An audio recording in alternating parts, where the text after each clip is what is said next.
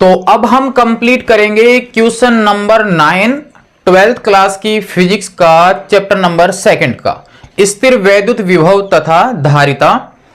इसके 8 क्वेश्चन हमारे कंप्लीट हो चुके हैं। उनकी प्लेलिस्ट बनी हुई है 12th क्लास चैप्टर 2 न्यूमेरिकल 17 2022 और 23 की।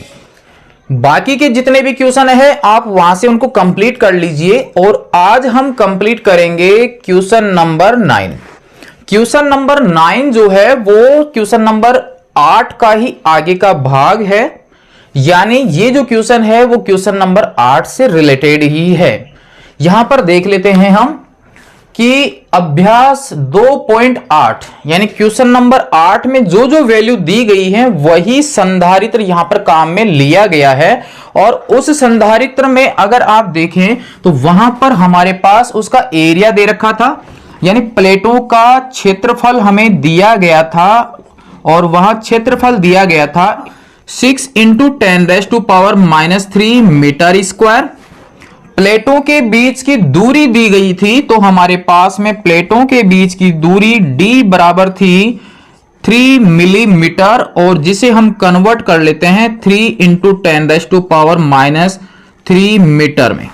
क्लियर है, ये हमें दिया गया था। और जो पावर सप्लाई से वोल्टेज थी, तो आरोपित जो वोल्टेज हमारे पास में अवेलेबल थी, आरोपित वोल्ट था V बराबर वो हमारे पास में थी 100 वोल्ट। क्लियर है दोस्तों। तो क्वेश्चन नंबर 8 के अनुसार फिर हमारे पास में निर्वात में विद्युत धारिता का मान पूछा गया था, और धारिता हमारे पास में प्राप्त हुई थी क्वेश्चन नंबर 8 के अनुसार C बराबर लगभग मान उसका प्राप्त हुआ था 18 पिको फेरड, और रियल इसकी वैल्यू आई थी 17.708 गुणा 10⁻12 फेरड। ये हमारे पास क्वेश्चन नंबर 8 का मैटर तैयार हो जाता है।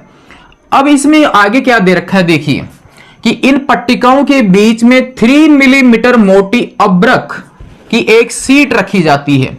यानी इससे पहले वाले भाग में यहां पर हवा थी, यानी वायु था, निर्वात मान सकते हैं उसको।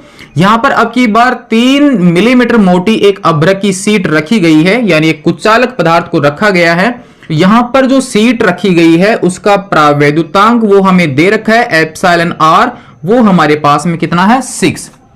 तो यहां पर हमारे पास जब कोई माध्यम चेंज करेंगे तो उसकी धारिता भी चेंज हो जाएगी।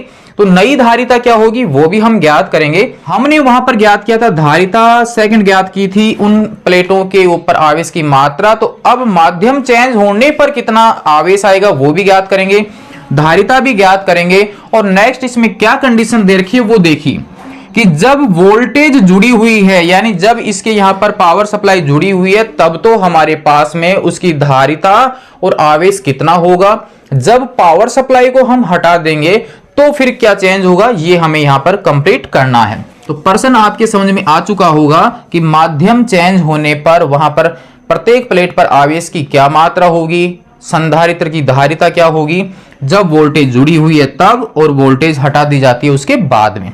तो हमारे पास यहां पर प्रावैद्युतांक भी दिया गया है। प्रावैद्युतांक यहां पर दिया गया है, आपेक्षिक विद्युतशीलता भी हम उसको बोल सकते हैं, जिसे हम एप्सिलॉन आर या कैपिटल के से दर्शा सकते हैं, जिसका मान हमारे पास में कितना है 6। तो अब हमारे पास ये वैल्यू चेंज होने के बाद क्या क्या चेंज होगा वो देख लीजिए। तो माध्यम में अब हमारे पास में जो धारिता आएगी उसका मान ज्ञात करेंगे।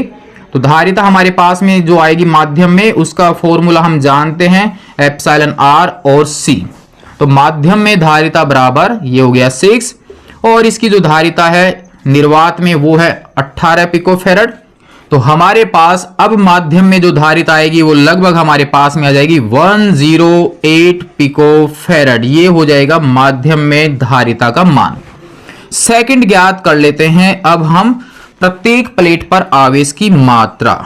माध्यम की स्थिति में प्रत्येक पट्टिका पर आवेश की मात्रा, आवेश की मात्रा। और यहां पर फॉर्मूला हमारे पास में हो जाएगा माध्यम का QM बराबर CM और V। क्योंकि हमारे पास फर्स्ट पार्ट हम ले रहे हैं कि विभव यानी पावर सप्लाई जुड़ा हुआ है, तो यहां पर वैल्यू पुट कर लेते हैं तब हमारे पास में आवेश का मान आ जाएगा C बराबर है 108 इंटू 10⁻⁻12 पिको फेरेड है, तो पिको की जगह हम 12 यूज कर सकते हैं माइनस में, और वोल्टेज हमारे पास में है 100। तो हमारे पास यहां पर देखिए 10⁻12 10⁻2 है, तो 10⁻10 बचेगा। तो प्रत्येक प्लेट पर आवेश की मात्रा हमारे पास में आ जाएगी 108 इंटू 10⁻10 कूलाम। यहां अगर हम इसको नैनो कूलाम में कन्वर्ट कर लेते हैं तब देखिए हमारे पास QM बराबर, एक पॉइंट आपको यहां पर लगाना है, तो यहां पर 10⁻9 रहेगा, तो 10.8 इंटू 10⁻9 कूलाम, और ये हमारे पास में आ जाता है 10.1 नैनो कूलाम। क्वेश्चन नंबर 8 में जब हमने आवेश की मात्रा ज्ञात की थी, जब प्लेटों के मध्य निर्वात था उस समय आवेश आया था प्रत्येक प्लेट पर 1.8 नैनो कूलाम, और यहां पर हमारे पास वैल्यू है 10.8 नैनो कूलाम। इसका मतलब ये हुआ कि प्लेटों के मध्य अगर हम कोई माध्यम रखते हैं तब प्रत्येक प्लेट पर आवेश की मात्रा में वृद्धि होती है। ये हो गया इसका फर्स्ट पार्ट कंप्लीट। जब प्रावैद्युतांक रखा गया है, पावर सप्लाई को नहीं हटाया गया, तब की स्थिति। सेकंड स्थिति जो अब हमारे पास में है, यानी ऑप्शन बी अब हमारे पास में है, उसके अनुसार यह है कि जब संभरण को हटा दिया जाता है, यानी पावर सप्लाई को हटा दिया जाता है। पावर सप्लाई जब हटा दिया जाता है तब आप ये ध्यान दीजिए कि जो आवेश उसके स्टार्टिंग में था, यानी जब माध्यम चेंज नहीं किया गया था, तो उस समय जो आवेश था वही आवेश अभी भी विद्यमान रहेगा, यानी Q के मान में कोई परिवर्तन नहीं होगा।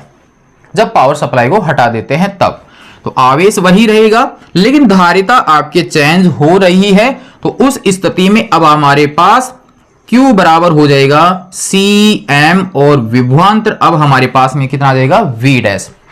आवेश वही रहेगा, जब स्टार्टिंग में आवेश था वही रहेगा, पावर सप्लाई हटा दी तो शुरू वाले आवेश की वजह से अब प्लेटों के मध्य क्या रहेगा, विभवांतर रहेगा। तो उस विभवांतर का जो मान होगा वो अब हमारे पास कितना आएगा, तो V' बराबर देखिए क्या होगा Q/Cm। यहां पर है Q, और Cm का जो मान हमारे पास में है वो हमारे पास देखिए कितना है, एप्सिलॉन R और C है। एप्सिलॉन R और C है। यहां से थोड़ा हल करें तो ये Q/C जो था, Q/C जो है वो किसके बराबर है, V के बराबर। V जब पावर सप्लाई लगाई गई थी उस समय का विभव अब हमारे को प्राप्त हुआ है V, और अपोन में कितना है, एप्सिलॉन R। V का जो मान था वो कितना था, 100 था जब पावर सप्लाई लगी हुई थी, तो V की जगह हो गया हमारे पास में 100, और एप्सिलॉन R का मान कितना है, 6। तो 100 में आप 6 का भाग दे दीजिए, तब हमारे पास प्रावैद्युतांक 6 था। संभरण को हटा दिया गया है, तो अब उन प्लेटों के मध्य कितना विभवांतर रहेगा उसका मान आपको मिल जाएगा। तो 6 का भाग आप 100 में दे लीजिए, तो हमारे पास में आ जाएगा 16.67 वोल्ट। तो अब उन प्लेटों के मध्य जो विभवांतर आएगा उसका मान होगा 16.67 वोल्ट। तो ये हो गया हमारे पास में क्वेश्चन नंबर 9